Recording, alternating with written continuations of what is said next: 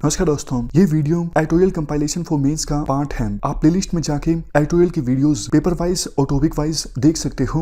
और अगर आप दिसंबर 2019 के बाद की वीडियोस को देखना चाहते हो तो वीडियो के नीचे मौजूद ज्वाइन बटन की सहायता से आप मेंबरशिप को ज्वाइन कर सकते हो। चलिए डिस्कशन स्टार्ट करते हैं। आप जीएस पेपर 2 के इस टॉपिक से आर्टिकल को रिलेट कर सकते हो। देखो, सरकार को एक बैलेंस एस्टैब्लिश करना होता है दो चीज़ों के बीच। एक तरफ संविधान में जो राइट्स मिले हुए हैं जनता को पीसफुली प्रोटेस्ट करने के लिए, पीसफुली किसी एक जगह पर इकट्ठा होने के लिए, उनको इंश्योर करना, और दूसरी तरफ लॉ एंड ऑर्डर भी मेंटेन करना। काफ़ी बार आपने देखा होगा जो भीड़ है वो हिंसा पर उतारू हो जाती है, तोड़फोड़ की जाती है, पब्लिक प्रॉपर्टी को नुकसान पहुंचाया जाता है। और कई बार देखो ऐसा भी हो जाता है कि पुलिस थोड़ा हार्श एक्शन ले लेती है। मतलब हर बार ऐसा नहीं होता। ना तो हम यूं कह सकते कि हमेशा प्रोटेस्टर्स की गलती होती है, और ना ही यूं कहा जा सकता कि हर बार पुलिस की गलती होती है। पिछले काफ़ी दिनों से प्रोटेस्ट चल रहा है सिटीजनशिप अमेंडमेंट एक्ट के अगेंस्ट, और आपने भी काफ़ी सारी वीडियोस देखी होंगी, वो काफ़ी ज़्यादा दुखद है। कई वीडियोस आपने ऐसी देखी होंगी कि पुलिस की कार्रवाई में कुछ निर्दोष लोगों को भी चोटें आईं, और कुछ वीडियोस आपने ऐसी भी देखी होंगी कि प्रोटेस्टर्स किस प्रकार से बुरी तरह से पुलिस वालों को मार रहे हैं। दोनों चीज़ें देखो गलत हैं, नहीं होना चाहिए ऐसा। आर्टिकल में फोकस जो है वो एक बात पर है, सरकार अपनी पावर्स का मिसयूज करती है। संविधान ने जनता को जो राइट्स दिए हैं पीसफुली प्रोटेस्ट करने के, पीसफुली असेंबल होने के, उन राइट्स को सप्रेस करने के लिए आर्टिकल में देखो एग्जाम्पल भी दिए जाते हैं। जैसे सेक्शन 144 आईपीसी सेक्शन 144, ये अगर लगाया जाता है किसी जगह पर तो वहाँ पर 3-4 से ज़्यादा अधिक लोगों की भीड़ एक जगह पर इकट्ठा नहीं हो सकती। तो देखो, इस सेक्शन का इस्तेमाल सिचुएशन के हिसाब से करना चाहिए, और जहाँ पर आवश्यकता है वहीं पर करना चाहिए। लेकिन अभी कुछ स्टेट्स में, जैसे यूपी में, कर्नाटक में, इवन पूरे स्टेट में ही सेक्शन 144 लगा दिया गया।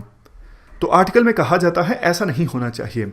इवन कई जगहों पर, जैसे दिल्ली का एग्जाम्पल दिया जाता है, वहाँ पे बहुत सारे मेट्रो स्टेशंस बंद कर दिए गए, और इंटरनेट की जो फैसिलिटी है वो भी बंद कर दी गई। तो इन चीज़ों की सहायता से सरकार बिल्कुल ही प्रोटेस्टर्स का जो अधिकार है प्रोटेस्ट करने का, वो दबाने की कोशिश कर रही है। आर्टिकल में एक बात ये भी बोली जाती है कि 2011 में जब बाबा रामदेव अपने समर्थकों के साथ वहाँ पर जमा थे तो पुलिस के द्वारा कार्रवाई की गई थी। ये मामला गया था सुप्रीम कोर्ट में। सुप्रीम कोर्ट ने बोला था कि आपने कार्रवाई क्यों की, वो भी रात को। तो पुलिस ने कहा था कि हमें डर था, ऐसा मतलब थ्रेट का परसेप्शन था कि इससे नुकसान हो सकता है, लॉ एंड ऑर्डर की समस्या बिगड़ सकती है। तो सुप्रीम कोर्ट ने दिल्ली पुलिस पर लताड़ लगाई थी कि सिर्फ इस बेस पे आप इतनी बड़ी कार्रवाई नहीं कर सकते। आपका जो थ्रेट परसेप्शन है वो रियल होना चाहिए, इनपुट्स के आधार पर होना चाहिए, ना कि विम्स एंड फैंसीज के आधार पर, ना कि इमेजिनरी होना चाहिए। समझ गए? तो दूसरी तरफ देखो, गवर्नमेंट का तर्क ये है, बहुत सारी जगहों पर हिंसा हुई, तभी सरकार ने एहतियात के तौर पर बहुत सारे कदम उठाए ताकि वायलेंस को बढ़ने से रोका जा सके और लॉ एंड ऑर्डर की समस्या को बिगड़ने से रोका जा सके। तो कुल मिलाकर कंक्लूजन यही निकलता है, एक बैलेंस इस्टेब्लिश किया जाए। सरकार जो लोग दंगे करते हैं, पब्लिक प्रॉपर्टी को नुकसान पहुंचाते हैं, उन पर कड़ी से कड़ी कार्रवाई करे। और पास्ट में भी काफ़ी बार ऐसे दंगाइयों की प्रॉपर्टी को भी अटैच किया गया है। सरकार कड़े फैसले इस प्रकार से ले सकती है। लेकिन दूसरी तरफ जनता का जो अधिकार है संविधान के तहत पीसफुली प्रोटेस्ट करने का, एक जगह पर इकट्ठा होने का, उन राइट्स को भी इंश्योर किया जाए। हाँ, इतना ज़रूर है कि सरकार ये इंश्योर कर सकती है कि पर्टिकुलर प्लेस पे प्रोटेस्ट करने की परमिशन दी जाए ताकि बाकी लोगों को इनकन्वीनियंस ना हो। प्रोटेस्टर्स की वजह से कई बार बाकी लोगों को भी इनकन्वीनियंस होती है। तो टाइमिंग और जो प्लेस है उसे रेगुलेट किया जा सकता है, वो भी लिबरली।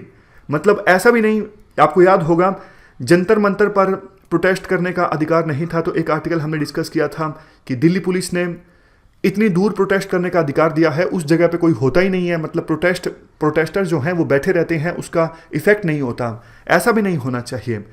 तो कुल मिला के बात यही है, दोनों राइट्स के बीच, दोनों ड्यूटीज़ के बीच एक बैलेंस इस्टेब्लिश करने की आवश्यकता है गवर्नमेंट को। तो ये हमने पूरा आर्टिकल डिस्कस किया गवर्नेंस से संबंधित। इस डिस्कशन में फिलहाल इतना ही है। Thank you very much for discussion.